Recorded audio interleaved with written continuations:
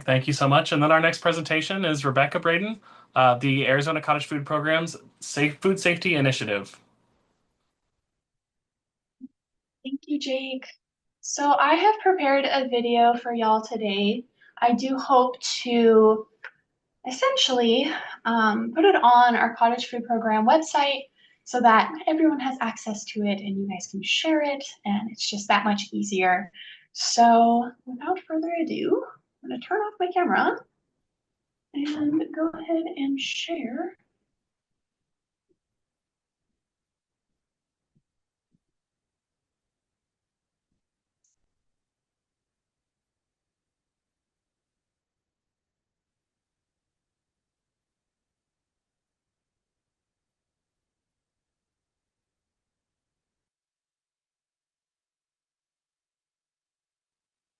Hello, my name is Rebecca Braden. I'm with the Arizona Department of Health Services Food Safety Team. I'm a public health sanitarian, and I'm the Arizona Cottage Food Program Coordinator, and I will be presenting on the program's Food Safety Initiative. So we were faced with a huge change this past year. Law HB 2042 completely reworked what a home-based food business can offer, which caused a bit of an uproar in our environmental health community. Although allowing perishables increases the risk of foodborne illness dramatically, we also have to keep in mind the opportunity this brings to our small businesses throughout Arizona. So this push by policymakers may seem like food safety was not at the forefront, which I can see and agree with, but the ADHS team did our best to incorporate as much as our food safety knowledge without overstepping written policies. And to be honest, building a foundation for this program was frustrating. It's no surprise that interpreting the law while compromising every step of the way is exhausting. But that's why working closely with our policy writers and lawyers was key during this process. We built a program that attempts to balance entrepreneurship in the community while also satisfying the need for safeguards against foodborne illness. And luckily, the law provided a strong starting foundation by including some key food safety requirements. So today, I'll be diving into those policies as well as pointing out areas of concern. We're able to limit some components of a cottage food registrant's business in regards to food safety. This includes time temperature control for safety policies, labeling requirements, and restrictions on open food handling. We're able to stress the importance of keeping food out of the temperature danger zone. We require that registrants hold food below 41 degrees Fahrenheit and above 135 degrees Fahrenheit during transport and sale. The food handler has 2 hours to get from destination A, being their home, to point B, like a farmer's market, for example, and can stay there for the remainder of the day as long as they can keep their foods in those designated temperatures. Food remaining at the end of the day cannot be carried over for another day's sale. These policies keep foods out of the temperature danger zone, which reduces the risk of pathogen growth. Ensuring direct transport to their destination within 2 hours then reduces the risk of perishables falling out of temperature. And then restricting the carryover of products will prevent the sale of those temperature abused foods. If foods are sitting within the temperature danger zone, spore-forming bacteria, also known as the survivors, as well as pathogens reintroduced after processing, have that opportunity to grow. Some examples include Salmonella, E. coli, Staphylococcus aureus, Clostridium perfringens, and Bacillus cereus. They are as nasty as they sound, and they can cause some serious illnesses, such as, I'm sure you're familiar with them, nausea, vomiting, diarrhea, abdominal pain, fever, headache, and fatigue, etc. It's worth noting that some bacteria like Staph aureus and Bacillus cereus produce toxins while they grow in the food. If you eat a preformed toxin, symptoms like vomiting and diarrhea can appear very quickly. But in contrast, illnesses caused by infections like Salmonella and E. coli often take longer, sometimes 12 to 72 hours, as bacteria need time to multiply in the body.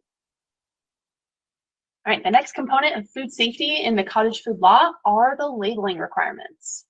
The registrant's name and certificate number are required on the label.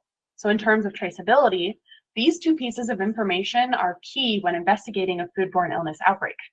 This overall expedites the process by tracing the product directly back to their home kitchen quickly and accurately. Next, the required home kitchen statement immediately puts the consumer on notice about potential cross-contact, which is critical since registrants are not operating out of a facility designed specifically to separate allergens. This transparency informs consumers to make a safe choice based on their own allergy risk. The requirement for a complete list of all ingredients is important for multiple safety and consumer reasons. It ensures that registrants are using only food-grade ingredients, which should all be FDA generally recognized as safe. It identifies all allergens present in the product, or at least most of them, and it allows customers with specific dietary restrictions to determine if the product is right for them. The production date gives the consumer a clear reference point to follow the 7-day consumption rule and helps them ensure the product is consumed while it's still within that peak quality and safety window. Then finally, the Arizona Cottage Food Program's website is required on the label in case a customer needs to report a foodborne illness. This program has a core rule. You can only offer home packaged goods. By restricting open food handling, we eliminate the high risk of on-site contamination. At a farmer's market, for example, this means no contamination from dust, airborne particles, or human contact. Everything remains safely sealed in the controlled, approved environment of the registered home kitchen. Although many registrants, they do want to offer made-to-order beverages like coffees or smoothies. This is not allowed because it could introduce the following food safety hazards. The water source. The water used must be potable and safe, which can be hard to guarantee at an outdoor location. Equipment. Complex equipment like blenders and coffee brewers are difficult to clean and sanitize correctly in a mobile setting. And then time and temperature of use. Milk, cream, and other ingredients, they can quickly enter the temperature danger zone without proper refrigeration, evidently leading to pathogen growth. This is especially hard in Arizona summers, as we all know. All right, with samples, the most common case of open food handling and in relation to cottage food involves sampling. Oftentimes, registrants find the best way to advertise their salsa is by offering a sample. But we don't have any guidelines or training because open sampling is not allowed. So this leads to some questionable and creative practices by food handlers. For example, consumer-to-consumer contact is highly likely when the registrant allows the public to use like a chip to dip into shared jar of salsa. Even if the registrant provides tongs, maybe a separate container for each sample, or even if they wear gloves, they still run the risk of contamination since they probably don't have the means to wash their hands. So the cottage food requirement mandates that all samples must be individually packaged, sealed, and labeled at the home kitchen. This protects the sample from all external contamination right up until the consumer opens it. So the law did identify 5 items that are deemed too risky for a home business to safely process without oversight from a health agency. These products are just overall not allowed in our program. They include fish, shellfish, raw milk, alcoholic beverages, and marijuana-infused products. So I'm going to dive into the primary food safety risk, as well as the pathogens of concern for these items. For fish and shellfish, the primary food safety risk is the control of highly potent toxins and bacteria. Shellfish, in particular, can be contaminated with Vibrio bacteria, which causes severe illness. Fish can harbor parasites and marine biotoxins that are not easily destroyed by standard home cooking methods. And even certain fish products, especially those with reduced oxygen packaging, present a high risk for growth and toxin production of course, Clostridium botulinum, if not handled and temperature controlled precisely. The requirements for controlling these hazards just go beyond what's practical or safe in a home kitchen environment. Now, the risk for raw milk is the lack of the critical public health control measure of pasteurization. Raw, unpasteurized milk may contain dangerous pathogens such as E. coli, Salmonella, Campylobacter, and Listeria. Pasteurization is the industry standard kill step that eliminates these bacteria.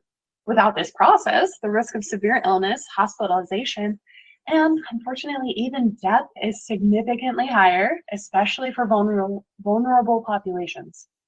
Cottage food operators are not equipped to test, monitor, or guarantee the safety of raw dairy products. And for alcohol, the primary food safety risk is regulatory oversight and specialized processing requirements. The production and sale of alcoholic beverages are governed by the Alcohol and Tobacco Tax and Trade Bureau and strict state licensing boards. This requires specialized permits, taxes, and production environments far outside the scope of a home business. So brewing and fermenting and distilling require specialized processes and even equipment that can pose risks if performed incorrectly. Finally, the primary food safety risk for marijuana is the complex extraction, dosage control, and overall lack of standardized testing in a home environment. The cannabis itself may carry contaminants, which could include pesticides, heavy metals, mold, and bacteria that can become highly concentrated during the oil or extract preparation process, which really all should be closely monitored and controlled by the Arizona state rules on medical and recreational marijuana. The legal and medical aspect of these products requires extreme precision and ensuring the active ingredient of THC is equally distributed and accurately measured in every single serving. And achieving and verifying this consistency it's really impossible without commercial grade equipment and the mandatory third-party laboratory testing. And of course, these products pose a unique risk of unintentional ingestion, especially by children and pets, because they could be in the form of brownies or gummies or just candy. So this level of control and specialized regulation just really exceeds the capability of a cottage food registrant. Special processes such as canning and reduced oxygen packaging are types of preservation, but they introduce food safety risks that require precision, which cannot be verified in an uninspected home kitchen. So we're just going to kind of point out maybe the risks associated with it and why education for a registrant is important.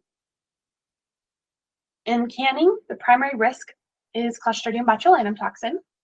Home canning, especially of low acid foods, creates an anaerobic or oxygen-free environment. This is the ideal condition for those deadly spores to germinate and produce their potent, invisible, and odorless toxin. Botulism spores can only be destroyed at temperatures above the boiling point, which requires the use of a properly operated and calibrated pressure canner. Without commercial oversight, there's no way to verify that the food handler correctly used their equipment, processed the food at the right duration, or accurately tested the final product's acidity. Reduced oxygen packaging's main risk is pathogen growth in a sealed environment. So this process involves vacuum sealing food in a pouch and cooking it at precise, often low, sustained temperatures. And this can be outside of the, that could be in the danger zone. So while it extends the shelf life, it severely limits a product's ability. While this extends shelf life, it severely limits the product's ability to spoil in a way that you can see or smell. If the cooking or cooling process is flawed, it creates an environment where anaerobic pathogens can grow without obvious signs of spoilage. So safe, reduced oxygen packaging processes do require validated time and temperature control logs that are really only standard practice in inspected commercial kitchens. The Arizona Cottage Food Program places emphasis on prevention by pursuing public education, scientific verification, and accountability system. The hope is to fill in the gaps of the program. We don't have the means to change the law, but we can educate our food handlers. We can start with third-party verification via lab testing. Registrants may not know if their products are inherently shelf-stable or perishable. So the program classifies their application as approved or with the condition of approved TCS.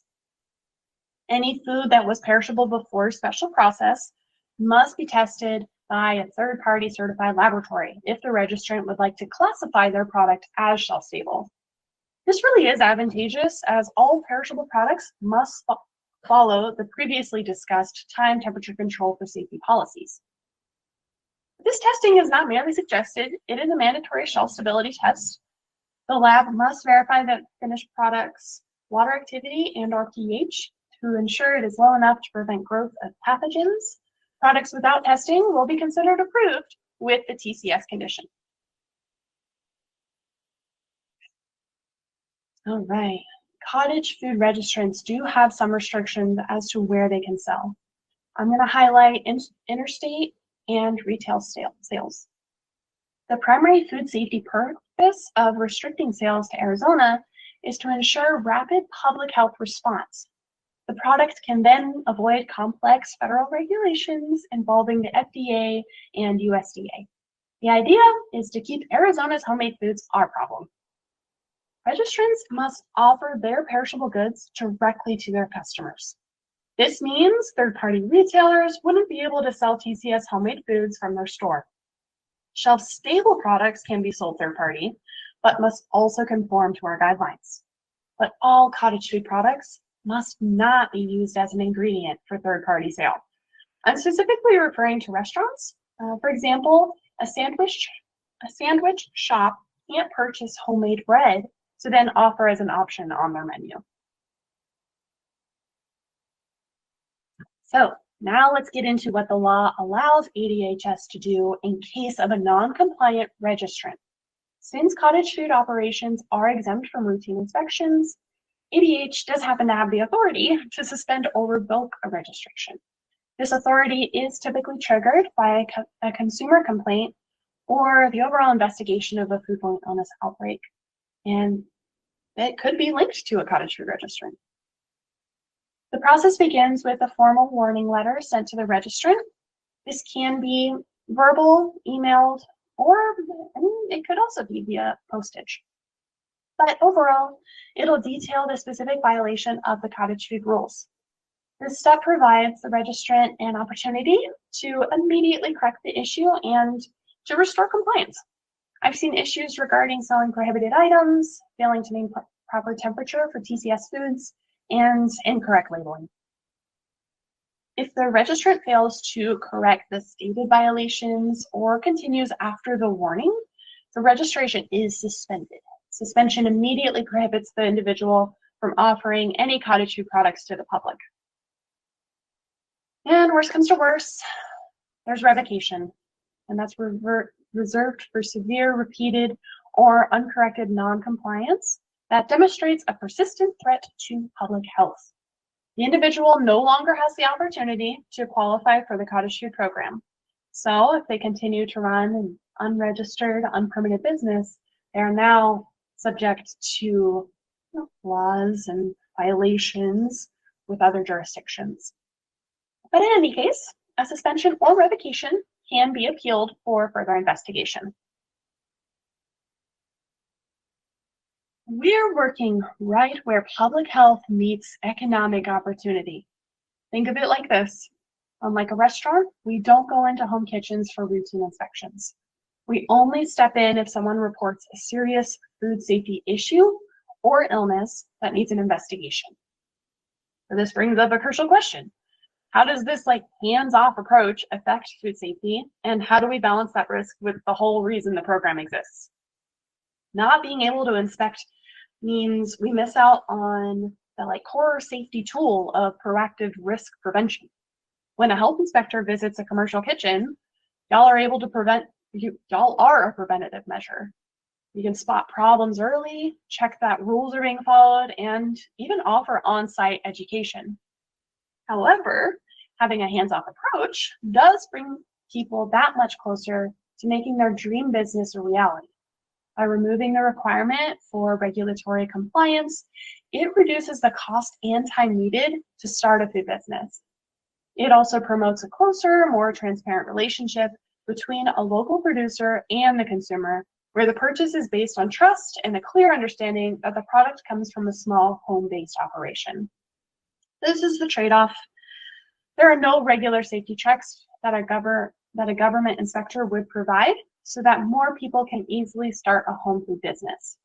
To keep things safe, the rules include mandatory food safety training for participants and the department's legal ability to investigate if anyone gets sick. So, essentially, we skip the regular safety checks of an inspector that the inspector would provide so that more people can essentially start a food business. Our mission is to carefully manage the public health risks while fully supporting the incredible chance for these small local businesses to thrive and grow.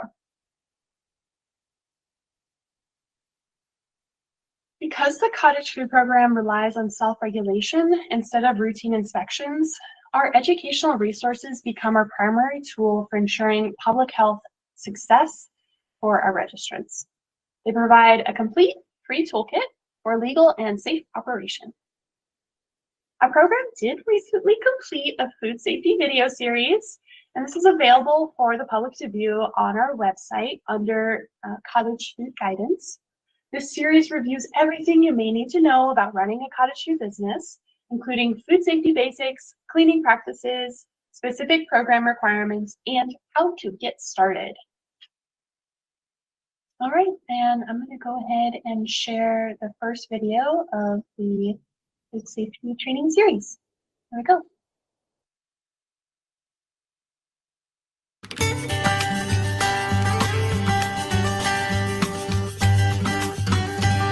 Hello, future cottage food entrepreneurs. Ready to turn your passion into a business? You're in the right place. Welcome to the Arizona Department of Health Services Cottage Food Program video series.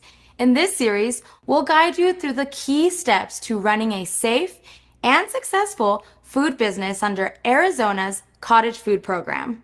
We'll cover the essentials, like keeping your kitchen safe and clean, proper sanitizing, safe food storage, packaging and labeling, reducing waste, and how to reach more customers by becoming a SNAP EBT retailer. We are here to walk you through the process, using our own fresh, flavorful salsa as a guide. Think of this as your roadmap. By the end of this video series, you'll have the resources and confidence to safely bring your own products and ideas to market. So let's get started. Our first step, and the foundation of every great food business, is a clean, well-prepared kitchen.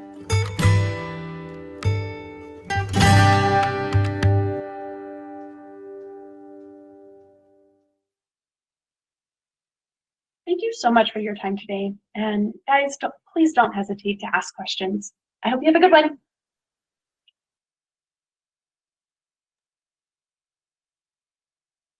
Cool. I hope you liked it, guys. Go ahead and stop sharing. So I do see some questions in Slido. The first one, do you have an inspection team for complaints for all counties? So when we receive a complaint, it'll go to me, and then I'll review it. And I do have team members, of course, that help with the intake of all these sort of like any emails, calls, whatever, what have you. Sorry, I think I'm getting, okay. So with that said, if it's a complaint on a registrant, we handle that directly. If it is, and like I'll call them or email them to ensure they're compliant. Whereas if they are, let's say, not registered, then that's when I would go ahead and work with our county partners so that we can kind of come up with a strategy on how we want to handle this, whether they are encouraged to get a registration or their health inspectors take care of it. So it's all a part of the delegation in that case. So I hope that answers your question. All right. What is the update steps for those who obtained a cottage food license before the new updates were provided, such as labeling updates? So it is up to the registrant to keep updated with our program. And with how popular the new law has become, word of mouth has become our friend. But either way, if someone wants to update their file, for example, they want to add tamales to their menu, they do have to email us to make any updates to their file. So with that said, when we receive that, we ensure, okay, hey, here are the new rules. Here's an attestation that you will follow those rules, and then we can proceed with any updates. This goes, kind of for renewals as well. When they go to submit a new application, everything is updated there. So they're able to see that. And honestly, I will be working with another one of my team members, Johanny, and we would like to produce newsletters for people, maybe like once a month, just on maybe some updates there are, maybe some fun news about cottage food, just like our food safety series. We're very excited about that, if you couldn't tell. And then let's see here. I think that answers that question. What does GRAS stand for? So that's generally recognized as safe. That is an FDA term. So they essentially will receive, they'll receive a request from a company or individual who are like, hey, I want you to test this product and figure out if it's safe for consumption. They determine on what sort of the word has left my brain, but how much of that food is safe to eat. So that's what I was referring to. So all ingredients for cottage food must be generally recognized as safe when selling to the public, and usually we're able to catch those. So, all right. Oh, and thank you, Anonymous, for answering that. All right. Is there a database to monitor reported foodborne illnesses? If so, at what point would the home business permit get revoked? So that would be along our complaint line for overall cottage food complaints. But most of the time, if there's any sort of foodborne illness, that's going to be reported more than likely to their county, as well as our food safety team inbox.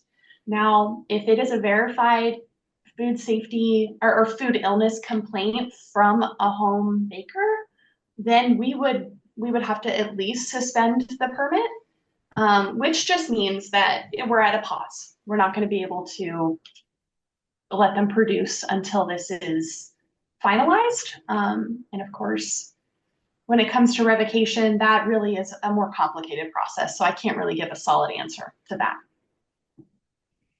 All right, I think I have time for one more answer or question. Can a person work around revocation by becoming a different company with different owners, paper company ownership? So we haven't had to revoke anybody yet, but it really will be determined and kept on record about that individual. So probably home address and name. We don't necessarily track it by company. It is only their business is an option to be listed on their cottage food file, but that's not how we track them. So specifically address and first and last name of that person. So it'd be kind of hard for them to register again. Especially since their food handler training has to match the name of the registrant. So it would be definitely be interesting on how they could try to work around that, but I'm assuming complaints would come in, but either way, yeah, I guess they could if they were looking to, but it would be pretty difficult. Anyway, I will go ahead and copy and paste all these answers to my document and hopefully get answers to y'all. Thank you.